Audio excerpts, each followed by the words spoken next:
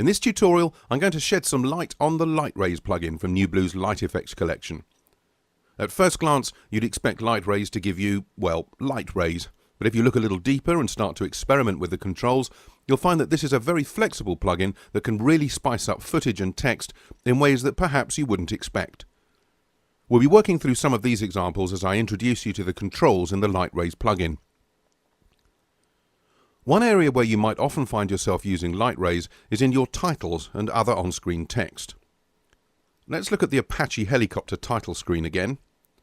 We're just interested in the text here, although I've used other NewBlue plugins to treat the footage of the helicopter to give me a nice dark background to work with.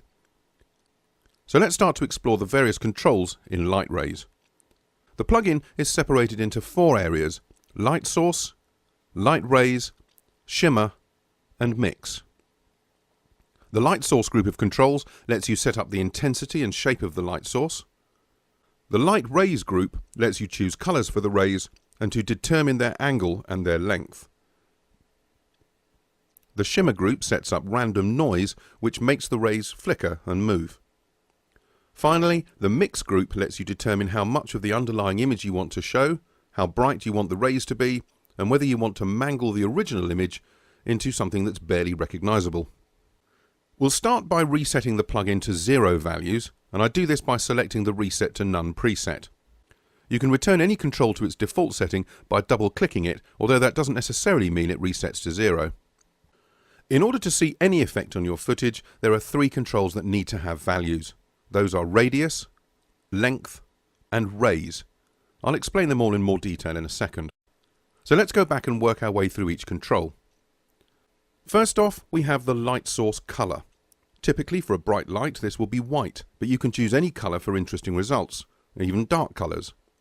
Note that this is the colour of the light source, not the rays themselves. Sensitivity sets the strength of the light source, and in effect it increases the portion of the image that will be considered a light source.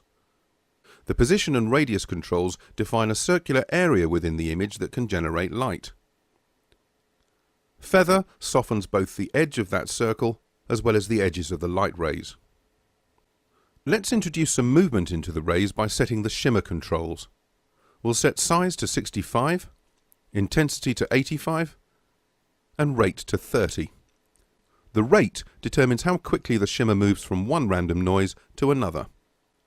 You can see that's now broken up the light rays and it's looking much more interesting. I'm going to go back now and tweak the light source a little.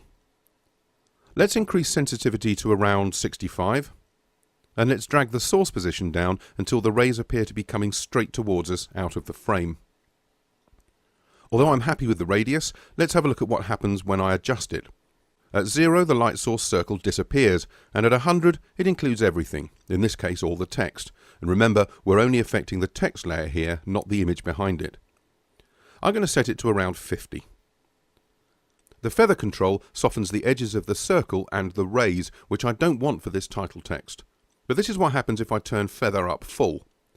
I want it set to 0 so it looks a little sharper. Now I'm quite happy with the colour of the rays as they are, so I won't change them in this example. We'll look at changing the colours a little later.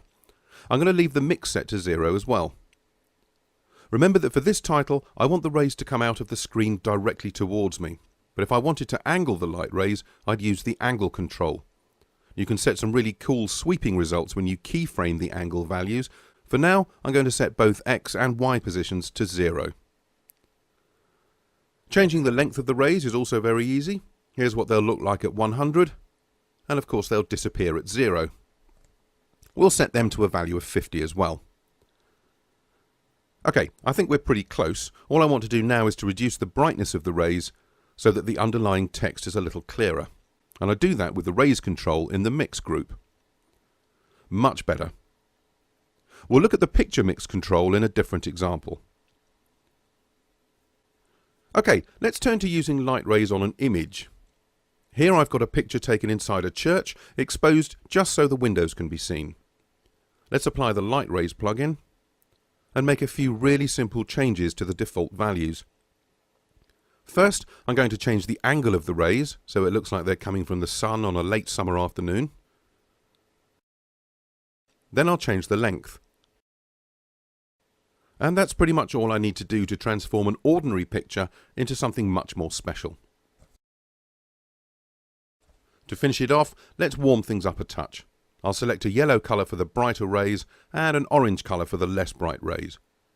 And when I start to mix the colours in with the original, it really begins to glow with a much nicer sunlight quality. It even gives the impression that the sun is streaming through the trees outside. That gives it that nice movement. And that's all with just a few clicks.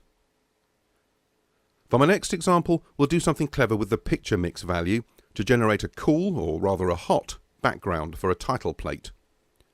Let's first set up some rays on this very underexposed footage of a crane. I'm doing this fairly arbitrarily, although what I'm trying to end up with is something that looks hot, so my most important tweaks are the colours of the rays. We'll choose yellow and red, and we'll mix those in.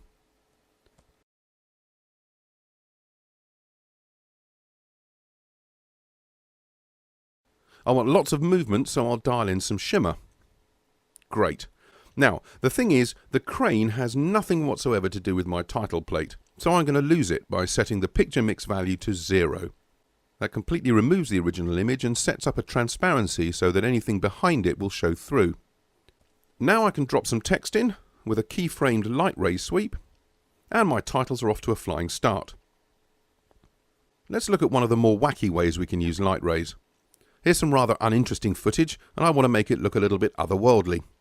So let's quickly set up some rays. I'll add just a little shimmer, and we'll leave the mix values as they are. Now here's where things get really interesting. Tucked away at the bottom of the plugin is a checkbox called Setup. Setup makes it easier to design your light source because it only highlights the area of your image that will generate rays, not the rays themselves. But as an added bonus, it can give you some pretty cool results as well.